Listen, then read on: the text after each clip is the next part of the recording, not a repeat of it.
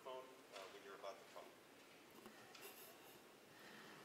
Okay, I'd like to call the meeting to order with a roll call. Mrs. Allen. Ooh, Mrs. Here. Allen. Mrs. Conquest. Here. Mrs. Fisher. Mr. Karczewski. Here. Mr. Skwarczynski. Here. Mrs. Thompson. Mr. Sartorius. Here. We do have a quorum. You join me for the, we got to approve the agenda first. Need a motion to approve the agenda? I'll make the motion we approve the agenda. I'll second. All those in favor? Aye. Aye. Opposed, nay? Motion carried. Join me for the pledge.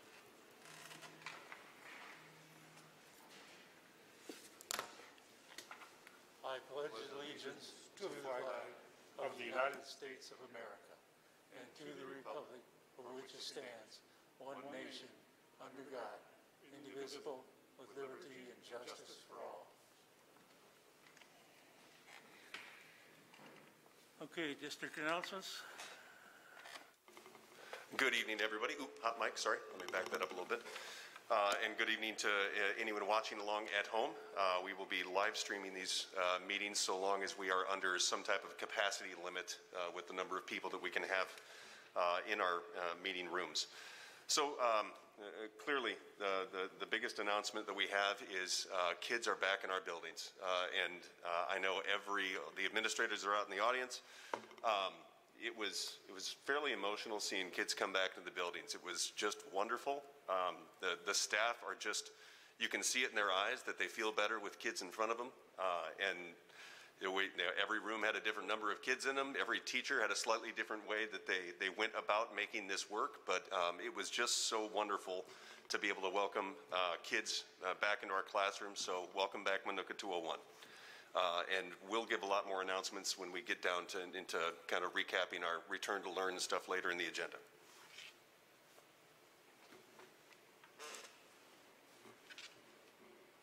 Okay, do we have a student of the month presentation?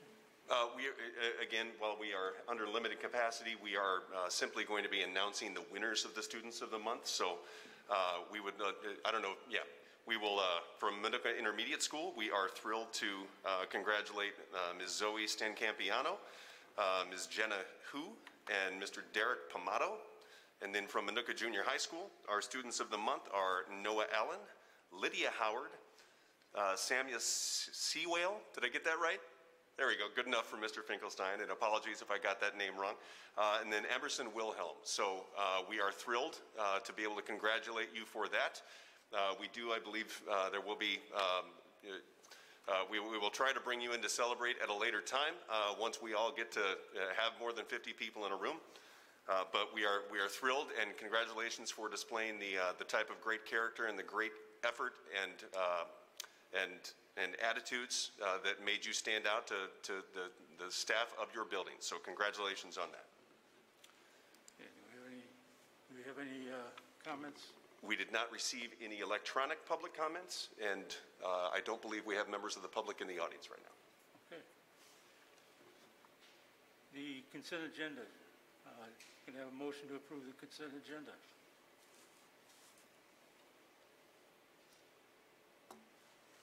I'll make a motion to approve the consent agenda. Is there a second? I'll second. All right. All those in favor, signify by saying aye. Aye. Aye. Opposed, nay. Motion carried. Audit. We have an audit tonight. So we are to the presentation of the audit. So Mrs. Robinson, do you want to introduce? Okay. Well, Dave Meyer from Werner Rogers is here. They have been our partners as a third-party auditor for quite a few years. So we are thrilled to have you back with us, sir. And let us know what the statement said.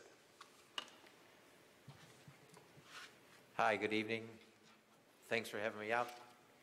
And we were the firm that performed the audit for the year ended June 30th, 2020, and I believe you have some statements in front of you. And tonight, I think most of you have seen me before, and we kind of go through a lot of pages.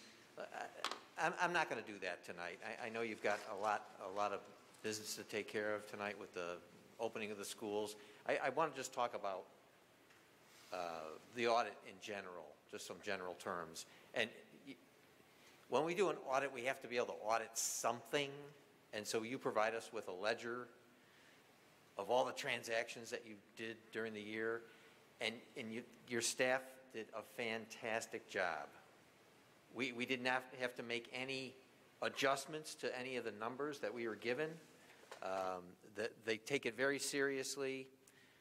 They're very professional, and we deal mainly with Mary Robinson and of course Dr. Mann, and they were, everything we asked for was provided, and we were able to come out to the premises to do the work.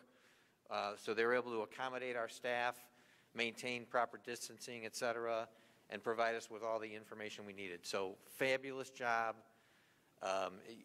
You've seen all the numbers before in treasurer's reports and whatnot, so really it's a kind of a recap. You ended the year with about $31 million in fund balance, which was an increase of about $900,000 in total from the prior year. So you've got adequate funding to start the new year with. When we tested the federal grants, we did not have any findings related to the federal grant programs, so you did a great job there. Again, providing us with all the data we needed. We do our testing, and we didn't have any findings. We have one finding that's been a sort of a repeat in that you don't have a person on staff that is knowledgeable enough about governmental accounting, external reporting. But that's the same finding we've had for a couple of years now, so nothing's changed there. A couple of minor findings in the management letter, which you can read on your own, about going over budget, and then we also mentioned about having capital assets ledger and other post-employment benefits, but very minor things that many schools have those same types of comments. So any questions of me about the audit, or what we do when we do an audit, or anything that you saw inside the report that you may want to ask about? I can take any of those types of questions.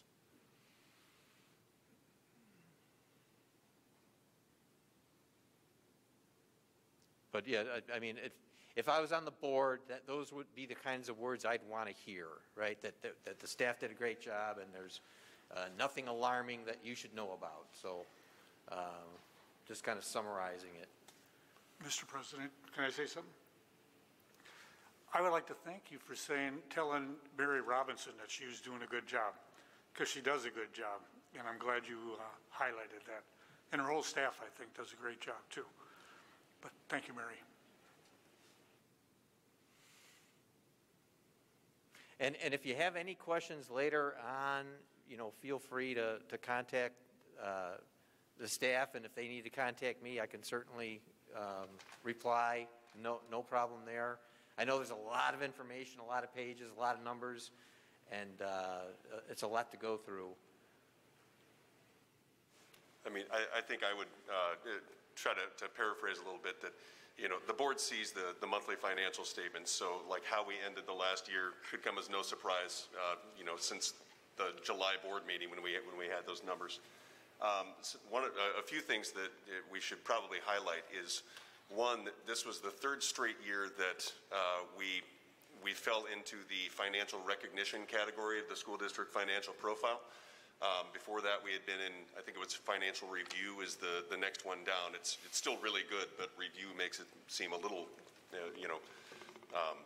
daunting there. But for the third straight year, we scored a 3.7, I think it is, which puts us in the financial recognition, the highest category of financial health that a school district can achieve. So we're very proud that we have gotten there and maintained it for the few years here. And I believe something else, one of the footnotes to the statements are always where you can get a great deal of information in these documents. One of them talks about our long-term debt. And over the past years, we've had many discussions with our community about long-term debt and In the summer of 2019, we did a big refunding where we, lowered our overall debt by about $8 million, I think. I think we've just made our October principal payment to where we're down to $55 million of outstanding debt, which is just getting us in the right direction. We're well within the legal debt margin of Illinois schools right now. So, things, financially, things have gone in the right direction for us for a few years now. Okay. Can I have a I'm sorry, that was one of the pages I had highlighted, was to talk about the bond refunding, that's just mind-boggling, that to save nearly $9 million in bond payments over the next, 9 or 10 years, depending on how you look at it. That's tremendous. Okay, could I have hello? Yep, you're on. Okay. Could I have a motion to accept the audit report?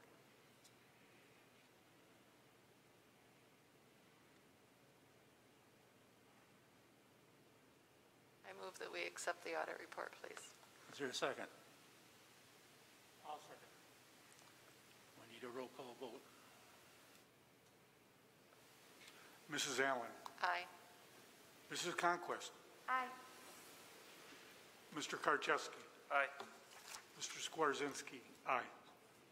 Mrs. Thompson, Mr. Sartorius. Aye. Motion carried. As always, sir, thank you very much for your partnership, and we look forward to seeing you again in early 2021 to get some of the prelim work started. So take care. Stay safe. Okay, the next item on the agenda is the snow removal bid. Mr. Searle, if you would like to present your recommendation for the snow removal bids. Good evening. We had 3 bidders for on the September 25th bid for the 2021 year. The initial review of the bid showed a company called Vital as the lowest bidder, KCG as the second lowest, and Roberts as the third. Question was raised at some point by Roberts LLC and the administration as to how billing would be treated in a 24-hour period, specifically how the companies were going to charge per a cumulative event in a 24-hour period, or whether they were going to charge per visit in a 24-hour period. This could have a significant impact on the total amount billed. I reached out to all the bidders for clarification.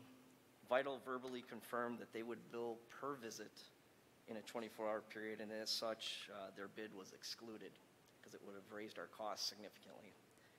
KCG agreed by email confirmation that they would bill once in a 24-hour period and not per visit. Roberts LLC also verbally agreed they would bill once in a 24-hour period, not per visit.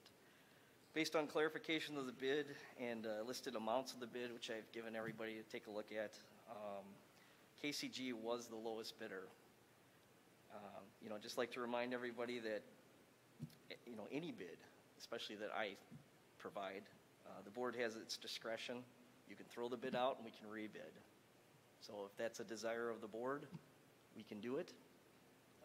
But from my impact here and from what I see, KCG is the lowest. Any questions I can answer? I do. Yes, sir. When the bids were sent out or sent back, is there a time limit of when the snow plowing has to be done by? There is. And what time is that? As far as the time limit in the snow event, it's 6 a.m. In terms of when, is that what you're referring to per event? If we have a snow. Right, if there's a it's snowstorm, a Monday night, if let's there's say. a snowstorm, it has to be done by 6 a.m. in the morning, 6 o'clock. Okay. Now, this snow plowing service, this ASCA, they're from Schaumburg, right? It's called KCG, and they have a office in up by Huntley, Illinois. Okay. They're kind of a large That's even conglomerate. farther away. They do things like U-46, the city of Rockford. They have several commercial buildings in Minooka. They also have a salt depot right here by us in Joliet, Illinois. So they're tasked with the same question that I have to ask all of them in the bid. Can you provide equipment? Can you provide manpower? Can you do it timely? And if they cannot, we can eliminate them at any point if you read the bid. So we could basically, go to someone else if we had to. What do we consider as timely?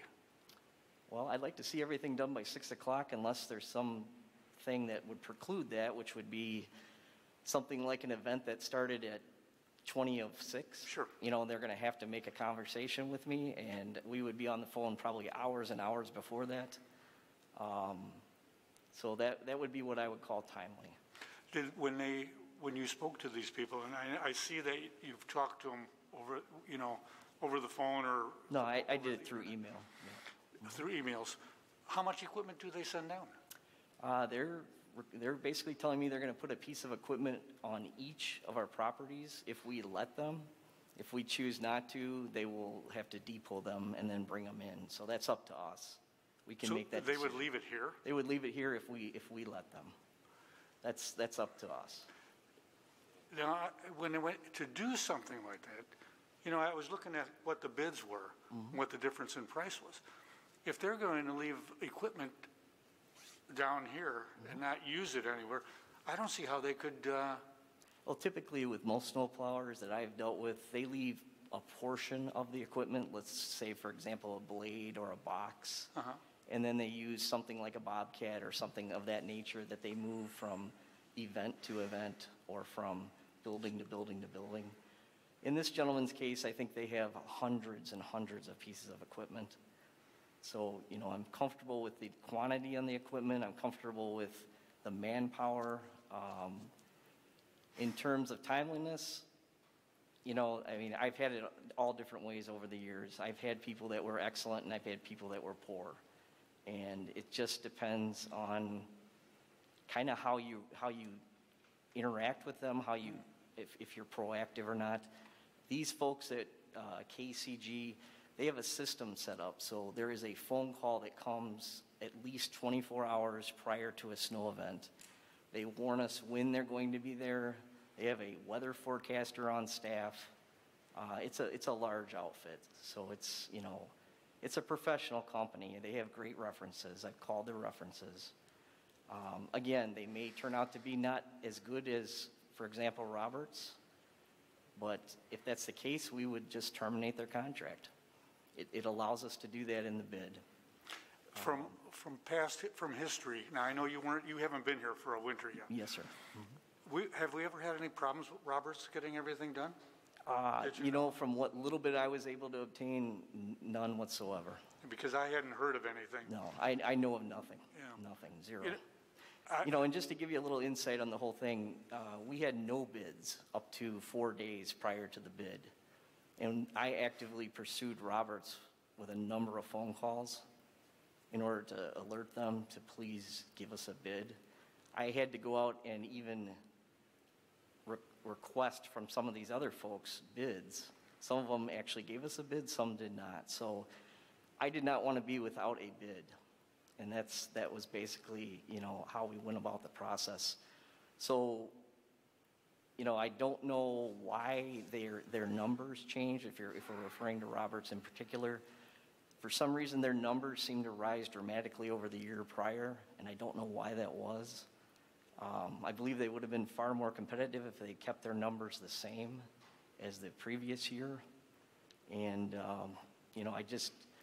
I know they're a good local company, and I like local companies, so I certainly would do everything in my power to try to use or obtain a local company, but in this case, they came in third. Yeah. I don't know what else to say. When we go out for bids, I understand why we always go for the lowest bid. Yes, sir. When we're looking for roofs or Sure. I agree with you. I know exactly what you're saying. Or commodities of some sort, a truck or, Sure. lawnmowers or whatever we're buying, books, everything we need for the school, tables and chairs and desks. But this is a different kind of a thing. It's a service. It's a purchase It's a service. service. Correct. Yeah. And, No, I completely agree with you. Service does matter. It matters the quality of the service. And again, I have nothing I can report to you honestly that wouldn't give any of the three companies a pass on that. I mean, I looked at all three, and they all had great references.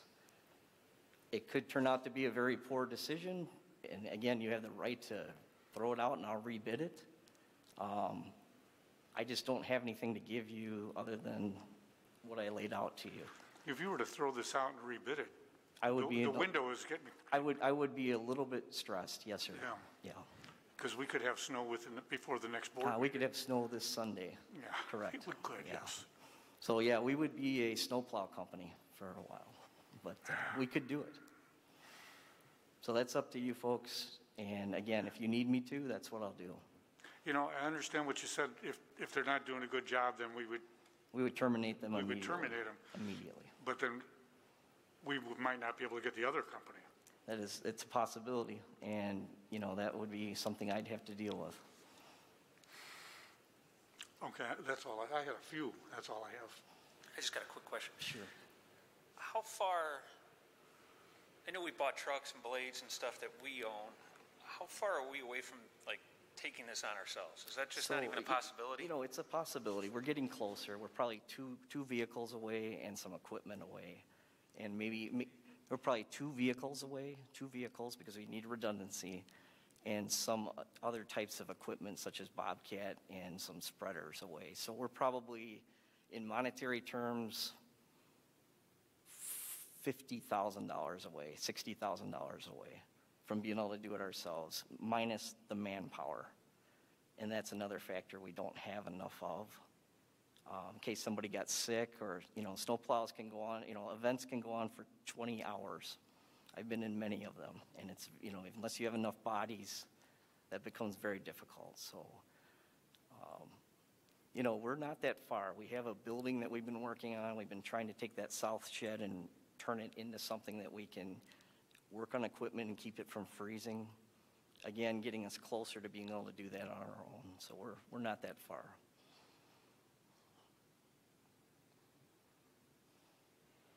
Okay, so everyone understands your options here. So this was a public bid, so we're required to recommend to the lowest qualified bidder, which in the eyes of the administration would be KCG. So the board has the option of awarding the bid to KCG. You could reject the bids and ask him to rebid it, at which point we'd probably get something in the paper tomorrow to cut down our timeline as quickly as possible. Yeah, we're prepared for that. Yeah, so either one of those are your options there. For the way that they evaluated the bids, they used like 3 years worth of snow data to try to look at this. When I checked with accounts payable about a week and a half ago, it looks like in the last fiscal year we spent about $55,000 on snow removal. So if you want an annual amount of what we're talking about, because I know in the analysis it said like 99,000 or 121, and that was bringing a lot of different years together for the same thing. Yeah.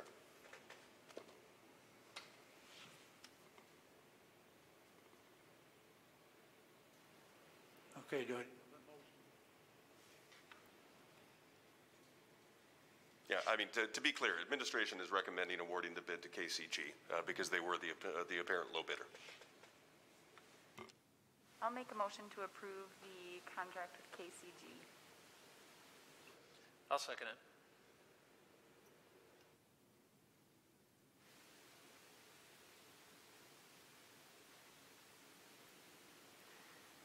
Okay, Mrs. Allen.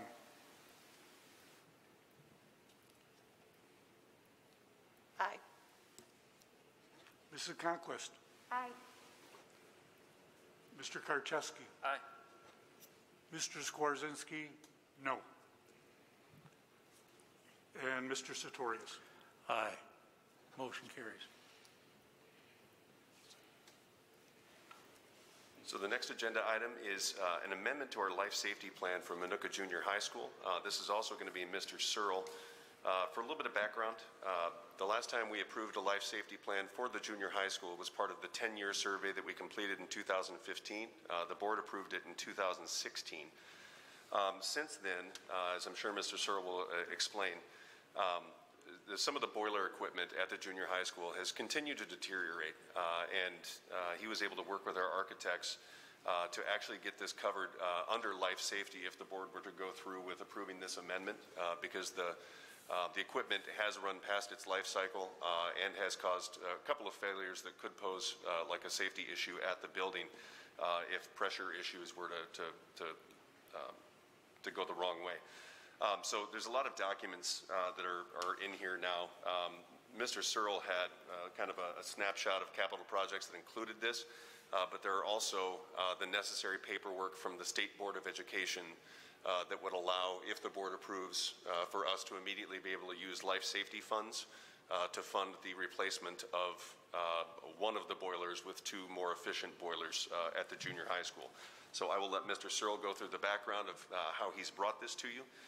But really, the action at the end of this would be to officially approve an amendment to our life safety plan for Minooka Junior High School that would only add in a boiler replacement. That's all. That's the action at the end of the day is approving that.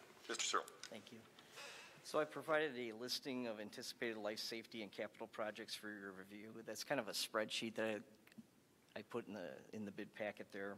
I'm still in the process of gathering additional information and costs. We were scheduled for just Jones and MIS in this budget year for life safety. However, I've asked our architects to amend our life safety to include the replacement of the boiler at Minooka Junior High School. I've also requested the addition of a possible re-insulation and abatement at Walnut Trail Elementary School if it becomes necessary. I'm proposing an emergency amendment to the life safety to replace one 1.25 million BTU boiler, which has been condemned by the state licensed boiler inspector, with two 850,000 BTU high efficiency boilers. The boilers come with a 10-year labor and parts warranty, which is basically they will cost us nothing for 10 years. And will partially pay for themselves over the 10-year period in energy savings. So I can't give you that exact number, but it's about 2/3 it'll pay for itself.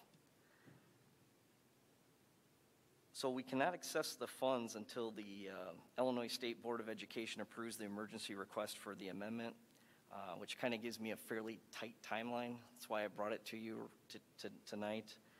We've submitted that today, so it's in to them today. And basically, these boilers, we looked at them, we looked at several different kinds, but we picked two that had kind of the most cost-effective coupled with the longest warranty. And we've went ahead and demoed them, had them brought out here, and we actually ran one of them just to see kind of what it looked like and if our folks could maintain it. And we went through the whole thing. So basically, I'd like you to consider adjusting our life safety if possible. And to include it, it would cost about $49,000. All total, that would be the boilers plus the labor. And that would allow us to run those two new boilers to do the entire junior high school. And then we would basically, take the parts and pieces off the other ones and try to get those in operable condition so we'd have backups. Any questions I can help answer? I would add one thing in, is that this $49,000, because if the board approves this, it would be coming from the life safety fund. It doesn't impact the operating budget at that point. The life safety fund is one of our non-operating funds. We have a very set amount of revenue that comes in from the taxes that we can only use for eligible life safety products or projects. So this $49,000 would not be an impact to the operating budget. How many boilers do we have at the junior high now? So we have a total of 4. We have two 1.25s and two 1.8s. And we have one of the 1.25s completely disassembled, which was that way when I got there. And as we started looking into it, it was scavengered for parts after we had a boiler, I believe, have some great difficulty. I think the week before I got here, I believe we had one kind of explode.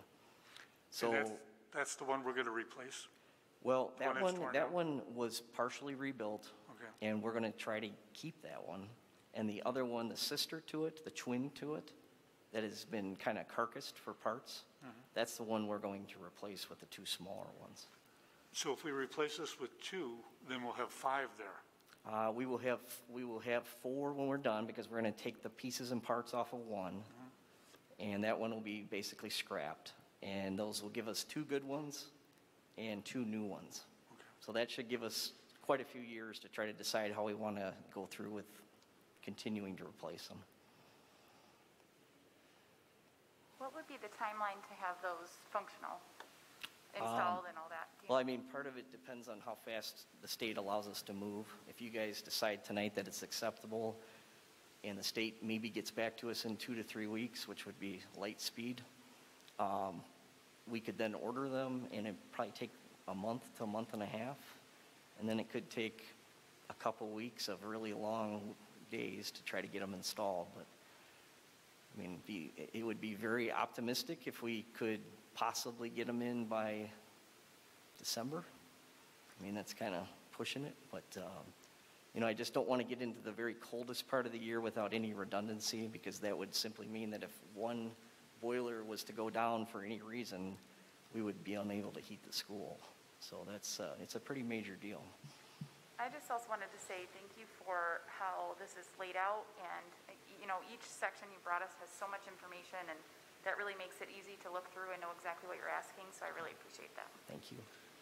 I would also say that, you know, $49,000 for the 2 boilers, we are hoping that the state would approve this. If they don't, we would simply pay for it out of capital project. This would be a journal entry between funds. And at that point, if we pay for it out of the O&M fund, that would be an impact to the operating budget. Otherwise, we'd look to use our capital projects fund. But ideally, it would be life safety, which has a very dedicated revenue source to fund it on an annual basis. So, you know, I think that we would move ahead with trying to procure the equipment as soon as, if the board were to adopt this tonight, knowing that if the state turns down our request for life safety, we have other sources of funds available for it.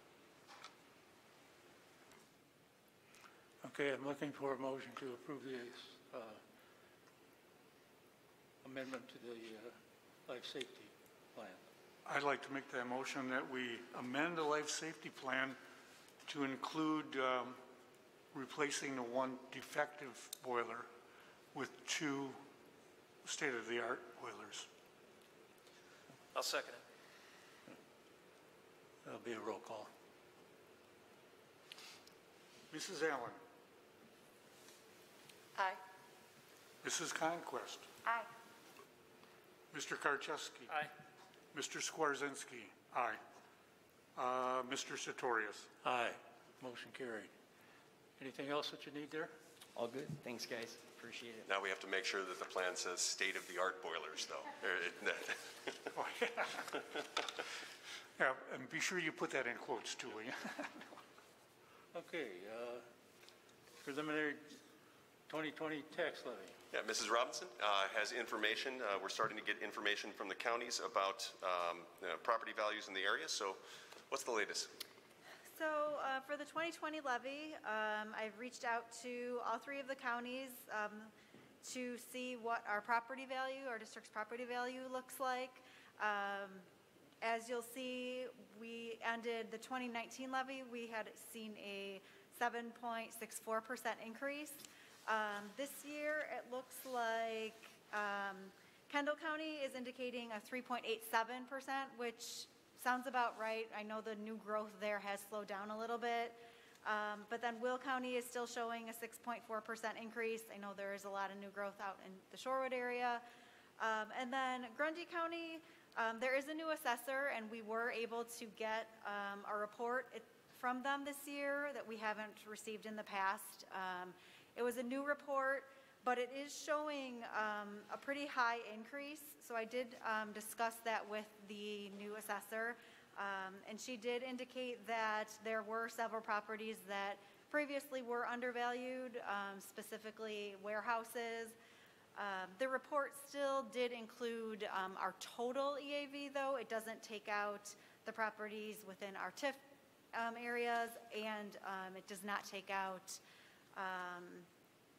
any exemptions. So with that being said, it's hard to pinpoint an exact number for Grundy County, I used 5% for my estimate, and I think that really is conservative. I think we will end up seeing a higher value. I know that homeowner assessments were sent out on Friday, so if anyone lives in Grundy County, they probably received it today. And I did hear that there is a pretty substantial increase to some of those. With that, we also know that we will have some appeals, so that number will come back down a little bit. So for tonight, what I prepared is, if you look at the levy projection, I did 3 different scenarios, and I used 3%, 5%, and 7%. So the 5% is that middle column, and that's where I suggested that we would land. And that, if you look near the bottom, our tax rate, our total tax rate would be 3.28. Our tax rate currently is 3.3, so it would go down a little bit. And again, anything higher than that 5%, the tax rate is going to continue to go down. So it's more than likely we will see a decrease in our tax rate. But again, this is just preliminary. I will next month bring a tentative levy for the board's approval, and then we will finalize that in December. Is there any questions about that? I think you're right when you said 5% was being very conservative. I received mine today, and it was an 8% increase. Okay, yeah. Mine was too. Hal. 8%? 8%. I really like your graphic again. I think that's really easy for people to look at and kind of have an understanding, so I appreciate you doing that. That's going to be on the district website, or already is?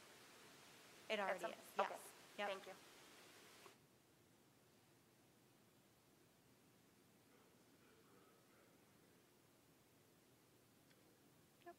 Any other discussion?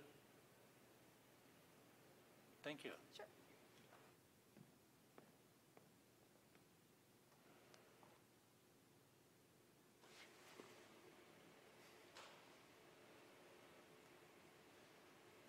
Return? Yeah, so as we started talking about briefly in the beginning, but as everyone knows, today was the first day with kids back in our buildings. And it's taken a lot of planning and a lot of hard work by a lot of very dedicated staff to get us to this point. But on behalf of everyone, thank you all for everything that you did to get the buildings ready, to get our staff ready, and for the families to get the kids ready to come back into school. It was, like I said, it was really a wonderful day to walk around and see kids smiling, see kids with their hands up in class, see kids reading at a desk, seeing kids, and some teachers have the Zoom class up on the board, and still hearing teachers talk about their Zoom kids while there were kids here. It's just a wonderful mix of things going on in our buildings right now. So as we've done in some previous meetings, I'm going to ask members of our cabinet to kind of give little updates about some of the efforts that have been going on in their world. And I will start with our Assistant Superintendent, Dr. Rowland. Very good. Just to reiterate Dr. Mont's comments, it's been very odd to have school without students in classrooms. So today was, again, just a great resurgence of energy for a lot of people to actually see our students return to campus. Just want to do a couple of reminders. So we had a number of goals as we established this plan for the return to in-person learning. One of those goals, student safety, consistency with change, fluidity with implementation, and that equitable access. So I really want to touch on that idea of student safety because that's, I think, paramount at this point. This is essentially our first day of school. And in any given year, this would have happened in August, but in this particular year, it happens in October. So with our first day routines, we have students that have not been to school at all. Our kindergarten students have not been in a classroom. So their day today was very different than what it has been all year because they have not been in a classroom. Likewise with many of our preschool students who have been here, this being their first year, and those students that had returned may have had experience again from last year, but a lot of our students in the preschool, this is the first time coming to this building, coming in and meeting their teachers face to face. So a lot of what happens these first few days is going to be the establishment of routine. And most importantly, that establishment of routine is focused about student safety at this point. And I'm happy to say that what we've seen in the buildings, what have been reported out to us from the buildings, is that there was no major hiccup other than what we would have expected on any given first day of school, which would be minimal and would not place students in any type of harm. Now, what we are starting to do is we're starting to establish things that we know that we can improve upon as far as the safety and making that faster, more efficient, et cetera. But at this point, very happy with our students, the safety of those students, the movement of those students. They are in a good place. And with that, as quickly as we can establish those routines, we can get to the education of those students and get deeper in that education. So I would ask is for the Board of Education and also our parents and those that are watching this live, that this first week is going to be very different than last week and the week before, not only because we have students in person, but because those students that are in person are brand new to our classrooms for this year. So there is some adjustment that has to happen and those routines that need to occur just as if it was in August. But those usually happen fairly quickly. And I'm happy to say that it is happening quicker than I anticipated, having been in the buildings this morning and seeing our students. I want to honestly give some recognition and thank yous to our parents. It's very obvious that our students who came to our buildings today, they had been talked with, they had been worked with, they were prepared. And they have been prepared at home to come to our buildings, and then our teachers were to continue that preparation. One of the things that we were concerned about were some of our youngest learners and the idea of wearing a mask. I can tell you that from being at MES this morning for a number of hours, those kindergarten students, I will tell you, they were fantastic. And I can definitely say that parents, if you've been working with your students and your children, it definitely showed because there was not an issue with these younger students wearing masks, and the teachers did a fantastic job with embracing that and helping move those students into an educational environment after mastering that. And in addition to parents, I want to thank our students because obviously when they come to the building, there's a little bit more responsibility on them as far as the safety, and our teachers trying to monitor that.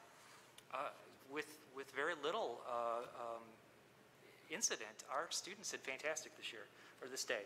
So I would hope to see that continues throughout this week. But I'm very, very pleased with our students. And again, the reports that I had for the buildings I wasn't able to attend, again, similar. Establishing those routines, but our students rising to that challenge that we're in person. So I would hope that it continues this week, and especially on Thursday, Friday, when we get our second set of cohorted students to come in. I do also want to thank our administration in the buildings because it is obvious that the procedures that they've established with their staff that they did on paper and they did through tabletops and through roll. Now having students in a building, you can tell that they were prepared. And anything that came up that didn't go as smoothly as they anticipated, they were able to adjust. And that is, I think, a very good testament to the planning that they put into this and the preparation that they had for different scenarios. And on top of all of this, and I think it goes without saying, but I will always stop and say this. I want to thank our teachers because they are the ones that have to be so nimble and so agile during this time. And from the very beginning, when this started in March, they have risen to that occasion, they have risen to that challenge, and they continue to do so at every challenge and hurdle that we've given them. And I will say that today, they came out and they did a fantastic job for our students. They kept them safe, they kept them engaged, and they got to some education today, which is fantastic given it's the first day of school for a lot of these students. So I do want to give recognition where recognition is due, and I absolutely believe that our teachers deserve that, and they did a fantastic job with our students. So what we'd expect to happen, we had first day routines, and again, we want to make sure that we move into more of the educationally relevant lessons that go on and getting back to more of the content, but we have to establish the safety of these students. I'll let Mr. Souza talk about technology here a little bit, but having been in a kindergarten classroom and in a kindergarten wing, I saw our teachers with the technology that we have available be able to teach effectively. And I know that we have some additional materials that are coming that's going to make that even more effective and even better. But they were able to teach their students in the classroom in a safe manner. They were also able to include the students that were in a remote setting and continue to teach those effectively.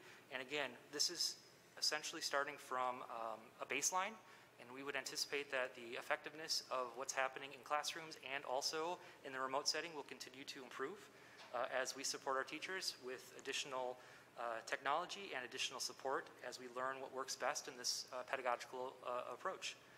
The unique thing about this situation is that this is not a situation that has occurred in education prior to this time. So we are learning just as all districts around us are learning what works and what does not work in this setting. And I cannot say enough gratitude for our teachers who are embracing the challenge.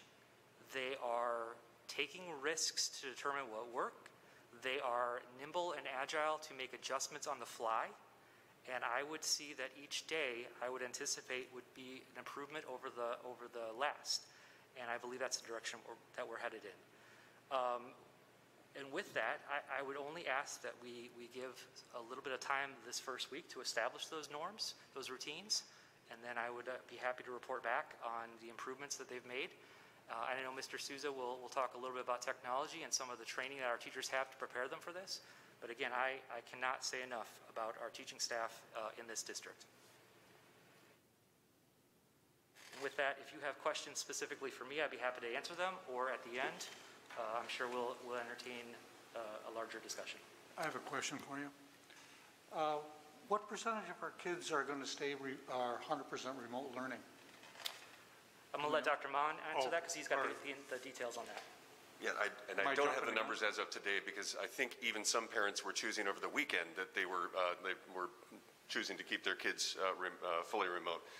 But the latest numbers that I remember, and any of our administrators out there, correct me if I get this wrong, but at the junior high and MIS, it was in the low 30s, I think, for the percent of students that stayed remote. The elementaries ranged from around 23% up to like 27 or 28% at the various elementary buildings. And I cannot remember Minooka Primary Center. Ms. Miller, do you remember your percentage? I couldn't hear that, folks. 41 students? 41 students out of MPC. On a normal year, we range between 250 to 300 students at MPC, depending on the month of the year that we're in, as we continue to add throughout the year. So that gives you a little perspective there. Is that percentages about the same in each one of the schools? Or the elementaries, is one elementary school way over and one way under? I think what I recall is around two of them were at like the 23% range, and I believe the other two were up in the higher 20s. Okay. My only comment is, again, I agree with you. Our teachers have done a great job. My daughter and son-in-law are caring for their nephew, and so I'm being Grammy because my daughter had surgery, and so I brought Eli to school to his very first experience in any school setting. And he was so excited when he got home. It was a great experience. I would love to echo that as well. I got the privilege of going to 3 buildings with 3 kids, and the energy that was there greeting the kids when they got out of the car, they were so excited to go. They came bounding out of school saying it was the best day ever. So I just thank everybody in this district that got our kids back into the buildings.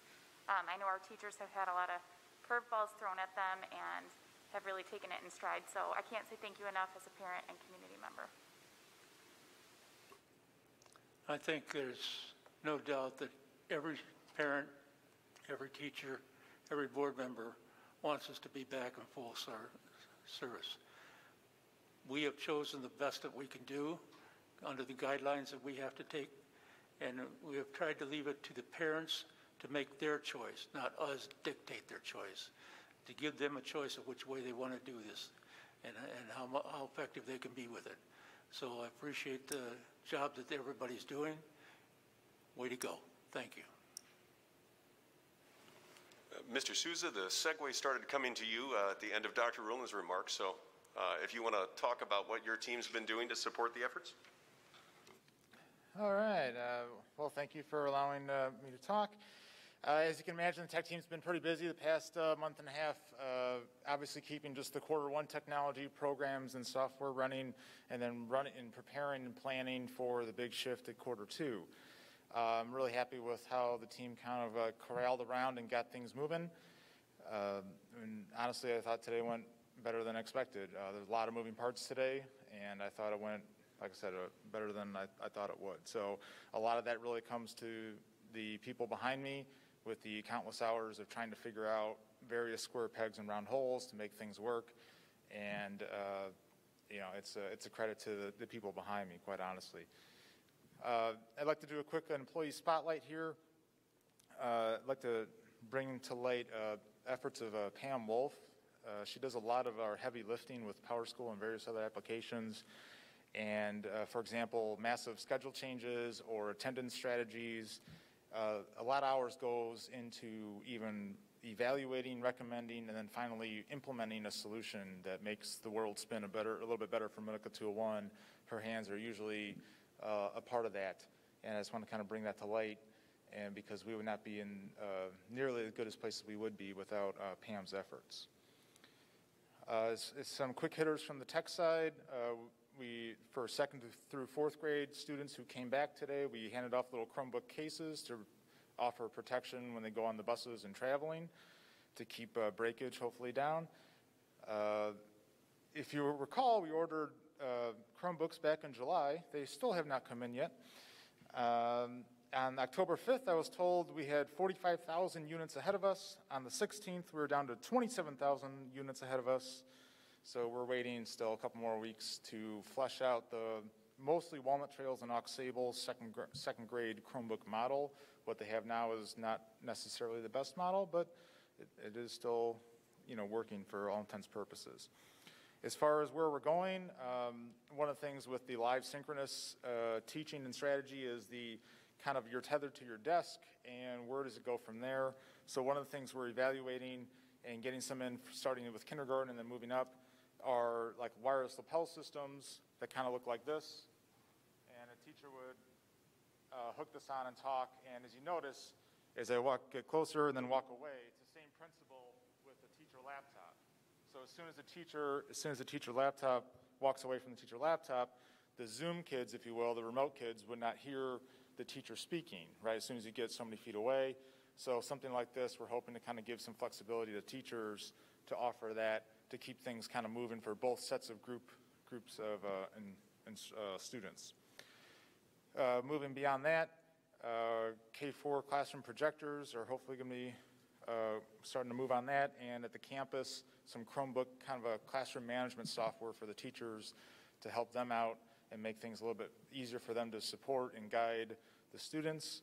And quite honestly, we're starting to lay down the foundation for next summer's E-rate reimbursement request project. So we'll be talking more about that in the next meeting. But quite honestly, I'm with the tech team, they've been doing a lot. A lot of tickets are coming in for, you know, everything, whether it's the self-certification or it's the broken Chromebooks and things like that.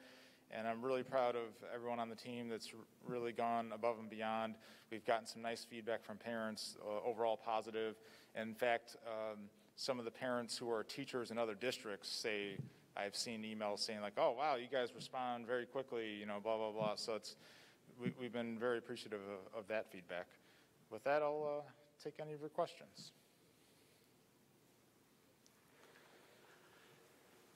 With all the devices in everybody's hands now, and also the stuff, the technology in the classroom for the teacher to teach to both the Zoom and the in-class, is your team able to keep up? I mean, obviously you're doing an excellent job, and we just want to make sure that we're doing everything to be able to keep up with that. I mean, quite honestly, I mean, we're doing everything we can to make the world spin as much as we can. So we're going 100 miles an hour, but quite honestly, so was everybody else here. I don't know of anyone that's really not going 100 miles an hour. So it's just the way of the world right now with all of our changes. But no, I appreciate your concern, all right? Yeah, we're just, as long as we can keep, the principal's plans moving, I feel good about that, and we'll just keep on chugging, so thank you. Definitely appreciate the hard work. Thank you. Have you had any issues with connectivity in the buildings with all the teachers simultaneously, trying to Zoom and that type of? No, today we had a couple issues at MIS. That wasn't related. That was a separate issue, which we should have fixed and should be ready for tomorrow. But no, we did upgrade our bandwidth. We have 2 internet pipes at our district. We're lucky enough to have that. We did upgrade both lines a couple weeks ago. So yeah, so far so good on district internet bandwidth capacity. If we didn't, it would have been a little more touch and go. I'd be sweating a little bit more than I am on a normal day, but we're in a pretty good spot for that.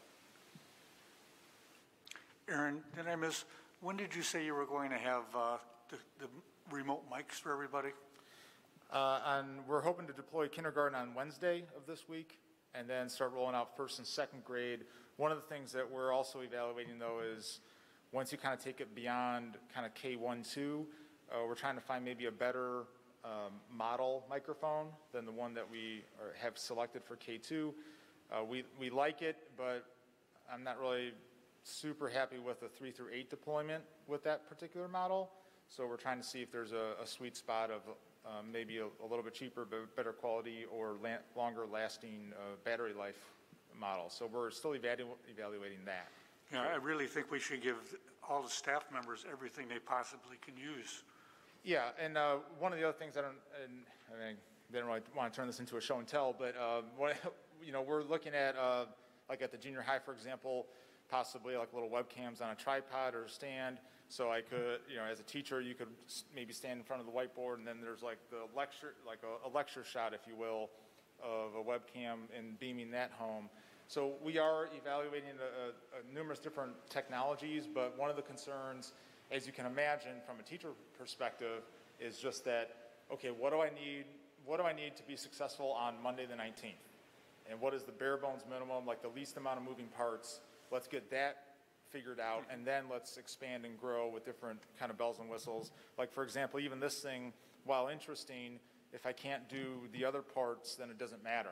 So there's a training and comfort level that everyone has to adjust to, and then as we get more comfortable, bells and whistles will start kind of ramping up and get deployed and supported. And like I said, what we think is a great idea right now may turn out to be, it's really more of a niche solution because of I'm doing this now. And that's one of the reasons why it's been, unfortunately for us, a little bit of a hurry up and wait operation because, okay, let's get some things ordered that we feel are pretty good, but let's not go district-wide to make sure we're either A, making the right decision on a model or even the straight-up technology. For example, there's other teachers who have been shown something like this. They think it's great. We try it for a day, and they say, you know what? I only used it for like 15 minutes. I don't know if it's really worth buying it. So, there's a little bit of that, and then also just the global supply chain is still lagging, so whatever we order may be 3 weeks out anyways. So there's a little bit of that. To add to Aaron's explanation with that, part of what we are anticipating over the next couple of weeks is as our teachers adapt to this, because it is so novel and so new, we're learning what works best when we have students in front of us. So there is a learning curve here, not only training for the technology that we know we have to have, but then as they experiment with pedagogy, with this new environment, they're learning what they want. And they don't necessarily know exactly what it is right now at this moment. And Aaron is doing a good job of trying to predict some of that. But then I anticipate over the next couple of weeks that we're going to get some more teachers that come together and say, hey, this is what I really need to be effective. I need this. And that's what we're still looking for is what is it with this new shift in the environment of teaching that really is the lever that they would like to make their effectiveness go from here to here in this new environment. So are they mainly having to stay in one place? Currently, yes. Yeah. If you're teaching synchronously to both groups of people, yes. Okay. And I sent something to you, and I think I sent it to Dr. Mann and Dr. Ruland as well. A neighboring school had like a podium type thing that they could move around. Is there would any teachers be interested in something like that, even if it's at like a pilot group that would Yeah, try it to well, that, see? If I'm not mistaken, I believe there are teachers at MIS that have something very similar to that. But I think the issue that we're dealing with is essentially being tethered. And Aaron, I think you can probably touch on that a little bit better. yeah, I mean, there's definitely, we have a lot of cords right now kind of in our setup. So that definitely kind of hurts it a little bit. I mean, that's one of the things where, the mobile podium thing like this, but with better wheels, is definitely a possibility depending on, again, your strategy and things. I know the other, neighboring district, like they're not using the document camera like how we are. And, if we introduce something that takes away document camera, especially in K4, that's not going to go over well at all. And so there's going to be a little bit of a dance of what is the right platform. And I think, honestly, that's going to come from teachers. So should we pilot it? Yes. It's just, for me personally, again, that I kind of put that as let's get through the first week, make sure things work, and then, yeah, we can start getting in some mobile podiums and things for those who want to kind of try that. I have talked to some of our, I think, first and second grade teachers who I've shown a picture of what you sent me. Like, hey, that's cool, but in reality, I got all my stuff laid out here and it makes sense to me. Now I'm going to go over there. It's just, so there's going to be some that want it, and we should provide that. But as far as a carte blanche, I think it's going to be more of like a la carte kind of solution on some of the stuff. But that's so. Any other questions or concerns? All right. Okay. Mrs. Robinson, you want to give a brief update on the lunch service that we're providing? So we are going to continue to provide free lunch for all students under the age of 18. I think we talked about it last month. We had been doing a Monday and Wednesday pickup, but with the new schedule, we decided to move it to a Monday, Thursday pickup. That way, each of our hybrid students would only need to come out for pickup one day. And then our remote kids can come on the Monday and Thursday. So today was day one, obviously, and I know it wasn't perfect, but we still served over 1,600 lunches. So they are working out the kinks, and those lunches will be available. So I had a logistical question real quick for you. Sorry, something you said just triggered it to me. So if they're requesting for anybody under 18, yes.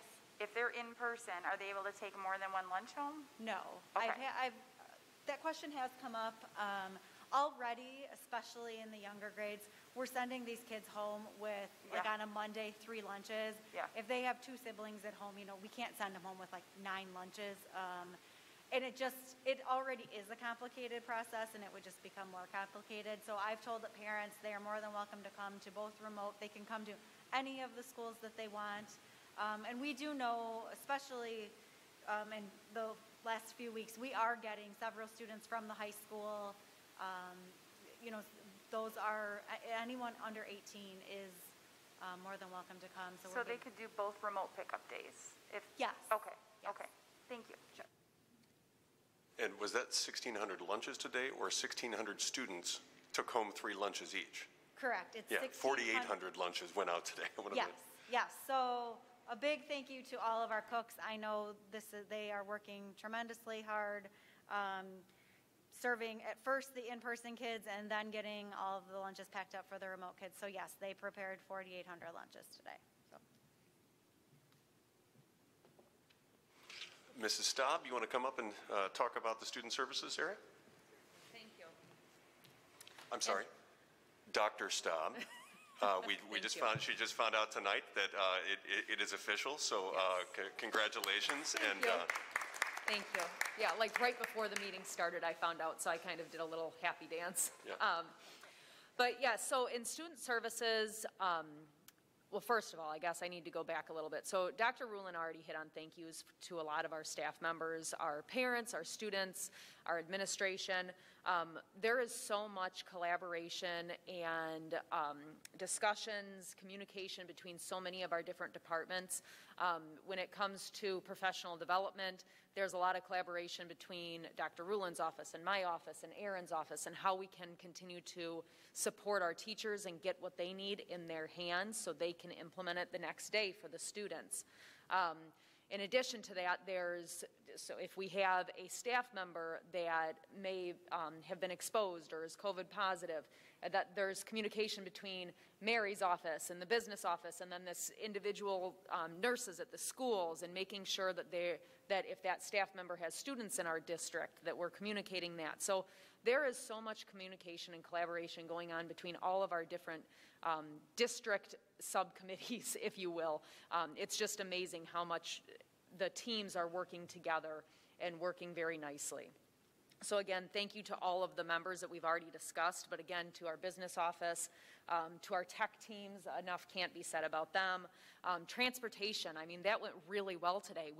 I don't know if we've ever had a first day with transportation that went as well as today did.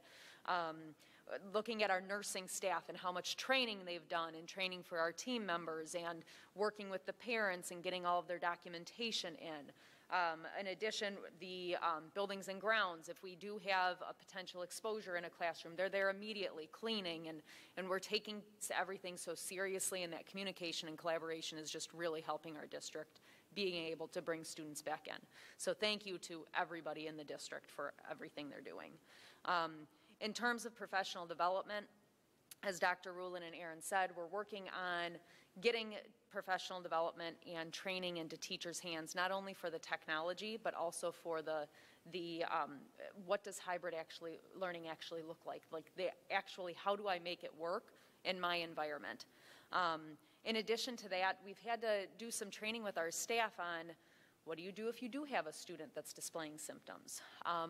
How should you encourage your students to sneeze in the classroom environment? So these are all new things that we're trying to teach our staff and our students how to do.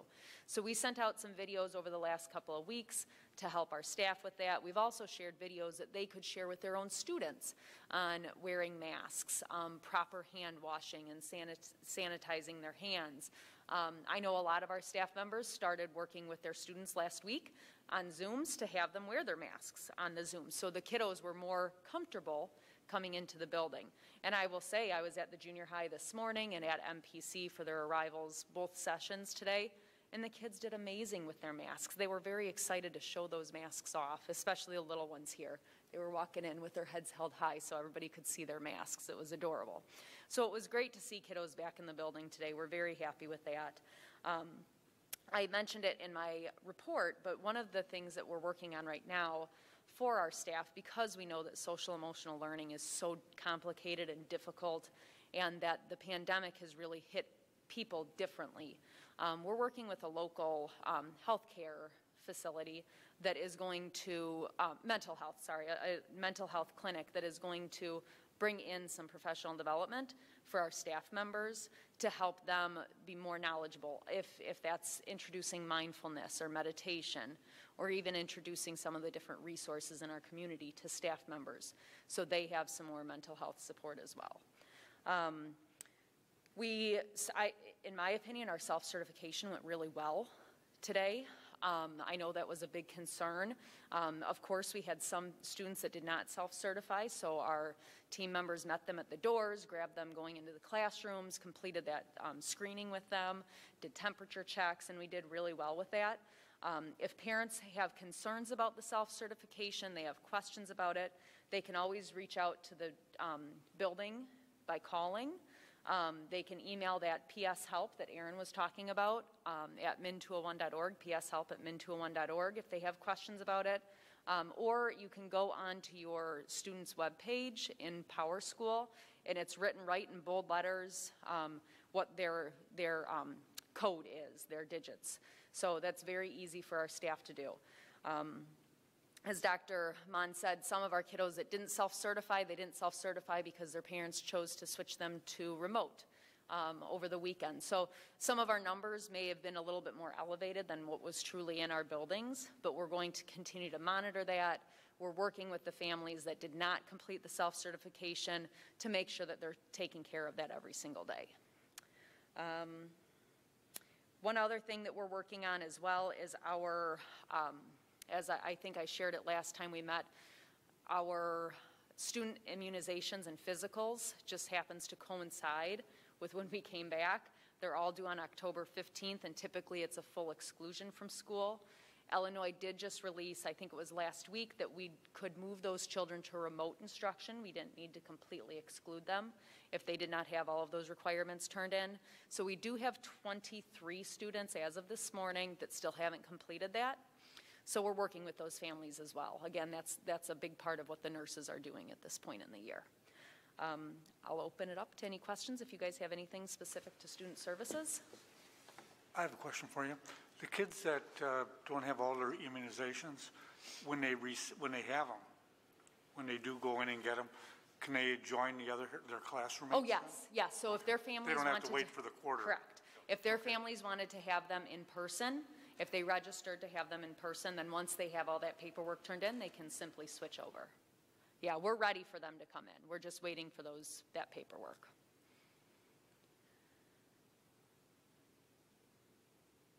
That was a very good report. They don't even have any questions for me. Excellent. Well done. Thank you, guys. Mr. Searle, do you have anything else to add from the Buildings and Grounds area? Well, I think I've taken up most of probably too much of your time tonight, but basically our buildings and grounds, we're in the process of just trying to get repetition figured out, just to get some procedures established. We knew what we wanted to do, but things are changing and we're trying to evolve with them. Chemical-wise and supply-wise, it's been a challenge and it will continue to be a challenge. As far as procedures, I think, I can echo what Tiffany said and Mary said. I mean, when there's a lot of communication going on, it seems to be working well. Really, don't see any issues at this moment. Any questions I can take from anybody? That was an even better report. They didn't have any questions that time, so well done. So, circling back around, we said when we held the special meeting that everyone shares the same goal of trying to get these kids back in school as much as we can safely do. And as people saw today, just getting the kids in for the time that we had them today was still so uplifting and so powerful, and it's just wonderful to get this started again. But we talked about, trying to, basically monitor the metrics going forward and getting together to evaluate when the time is right to try to get more time even in school. If you've watched the news currently right now, Illinois and our region is kind of going in the opposite direction. The three counties that we are a part of, Will, Grundy, and Kendall, have seen recent spikes, much of the state. This isn't local to just us, but the positivity rate in the counties has gone up, has exceeded 8%, I think, for at least 2 days in 2 of our 3 counties. The new cases per 100,000 was very high, I think, in Will and I think it was Kendall, to where, at this time, the metrics just wouldn't support trying to do more or trying to, go backwards on some of the safety protocols that we have. So we're thrilled that we've got the right procedures in place to get the kids in for the time that we have.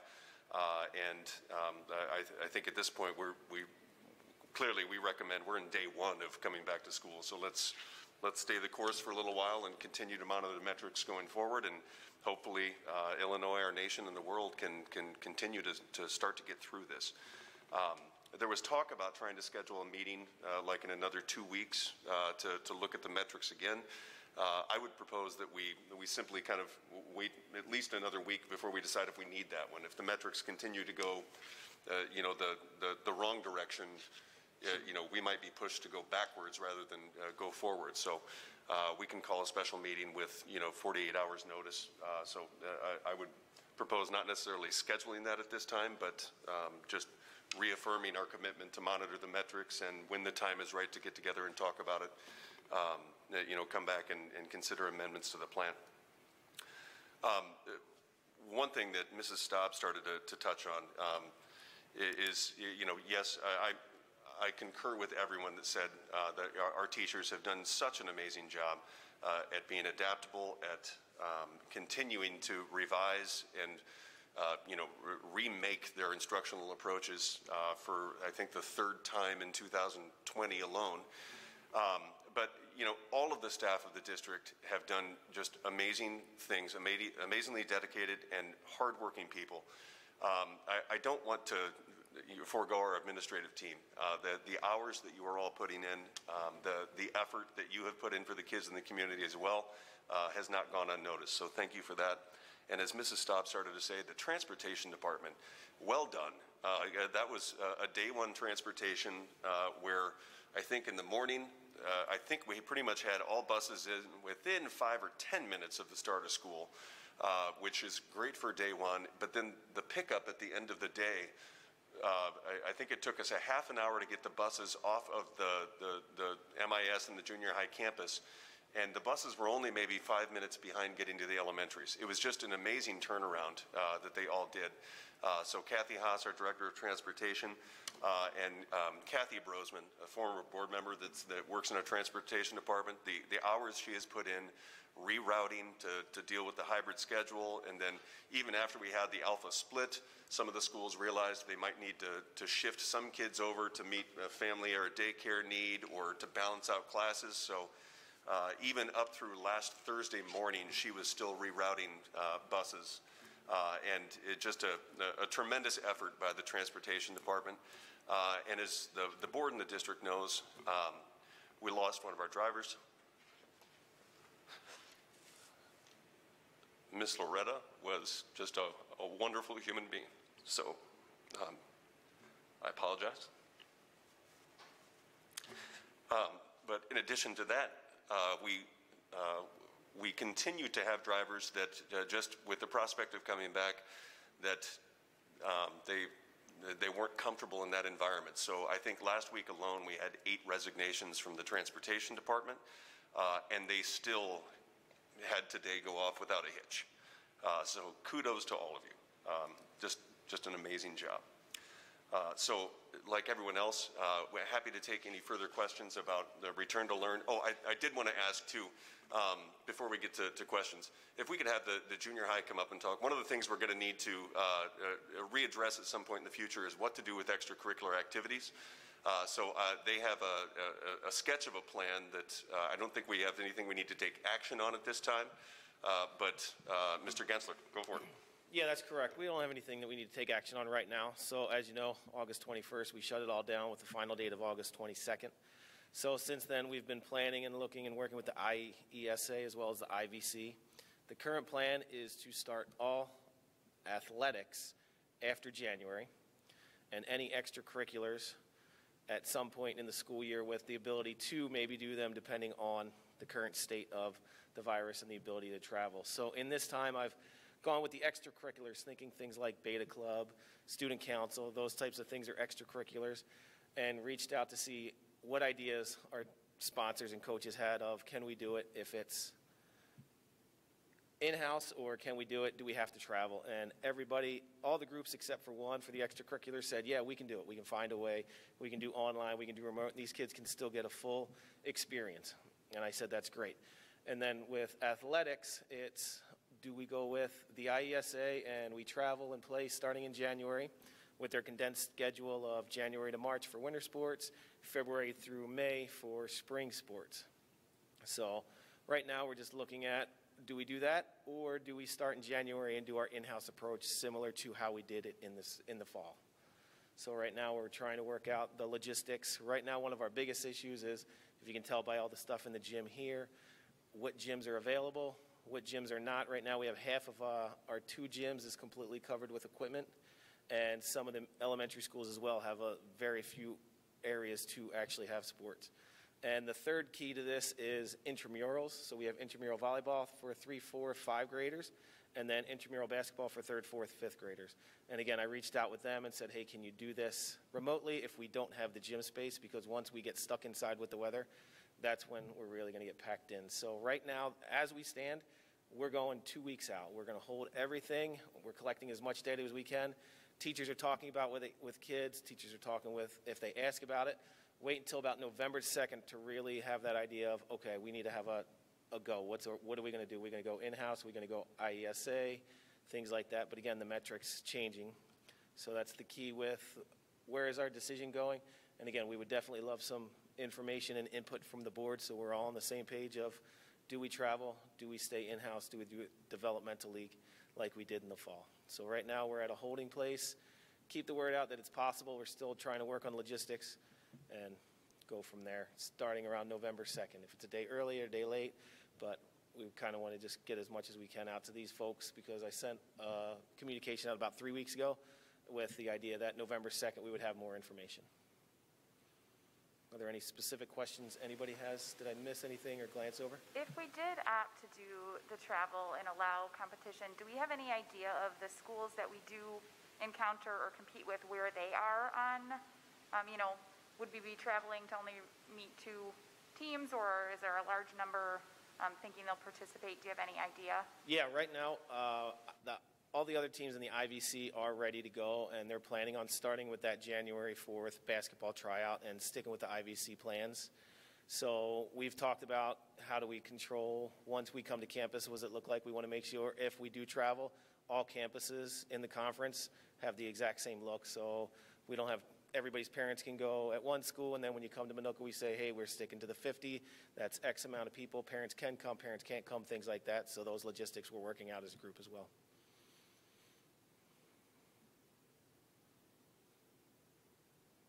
Thank you much, gentlemen. Thank you.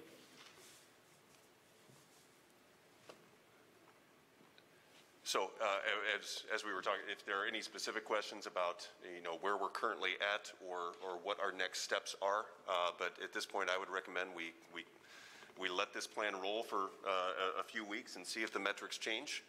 And as soon as things start going in a positive direction, we will continue to talk about how to possibly increase time. But right now the science just doesn't seem to support it.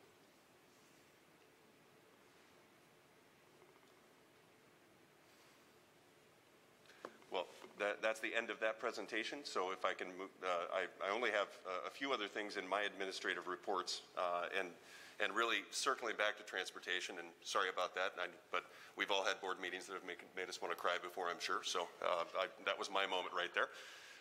But one of the people that also resigned was our most senior employee in the district, Ms. Shirley Durlew, who has, I think, has been employed with us for 40 years. I think she's been driving a bus, what was that?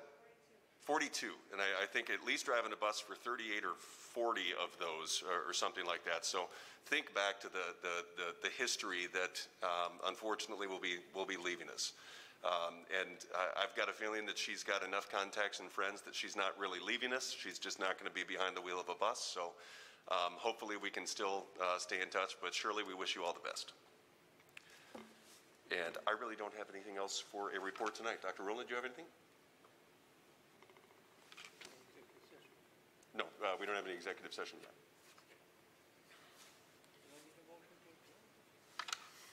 I need a motion to adjourn? Nobody wants to? I make a motion that we adjourn. Is there a second? I'll second it. All those in favor signify by saying aye. Aye. Aye. Opposed, nay? So you can stay here. Good night, everybody, and thanks to those who are following at home.